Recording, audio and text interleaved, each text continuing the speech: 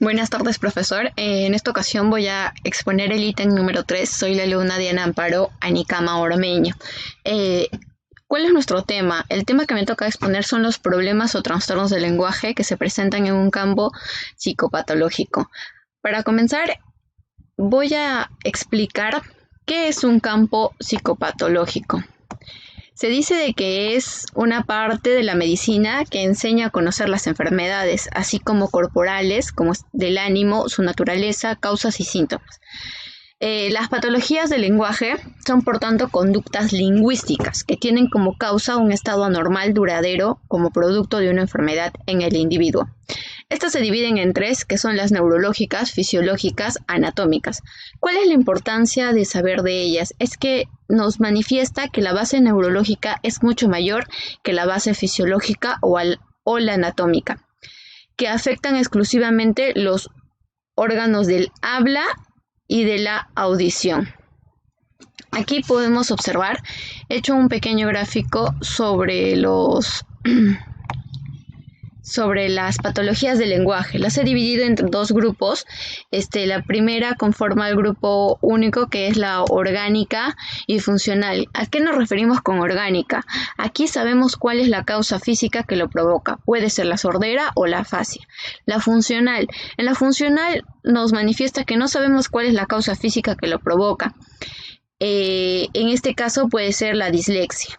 En el grupo 2 tenemos que producción y recepción.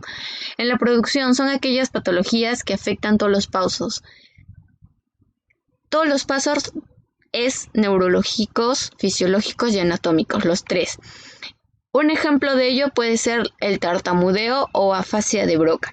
La recepción es una secuencia de pasos que se requiere para decodificar un mensaje. Así tenemos como la sordera o la afasia de Wernicke.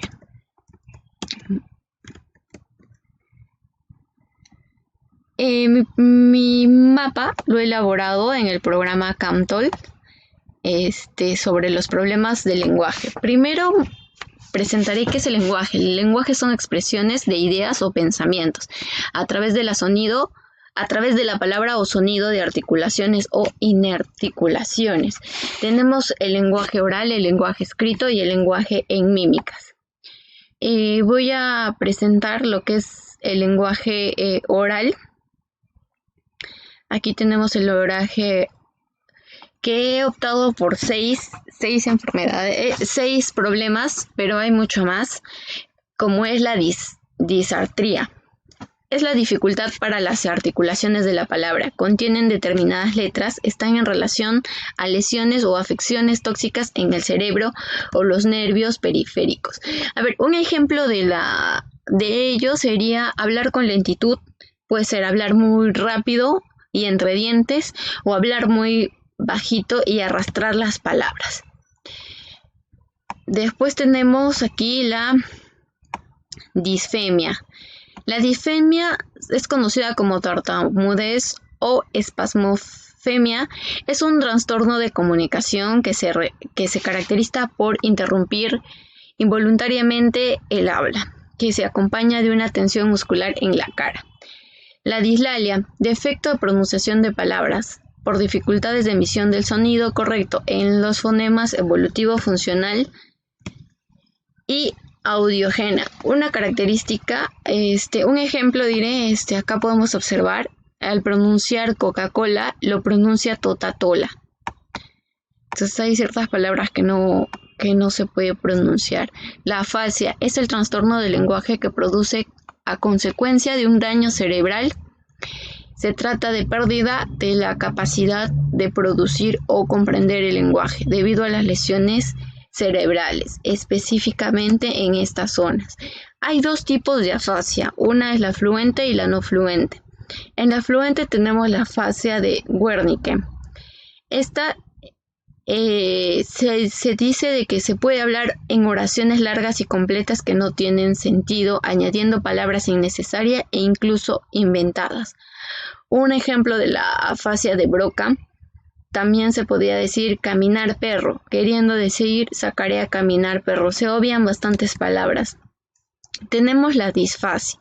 La disfasia como considerada como el impedimento específico del lenguaje. Es el trastorno que obstruye la capacidad del niño para desarrollar habilidades del lenguaje, como errores graves de gramática, vocabulario casi nulo y dificultades fonológicas.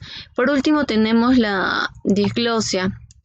La disglosia se encuentran anomalías o malformaciones de los órganos del habla, como los labios, paladar y lengua. Por último, he decidido agregar un poco sobre las alteraciones del lenguaje en la forma escrita.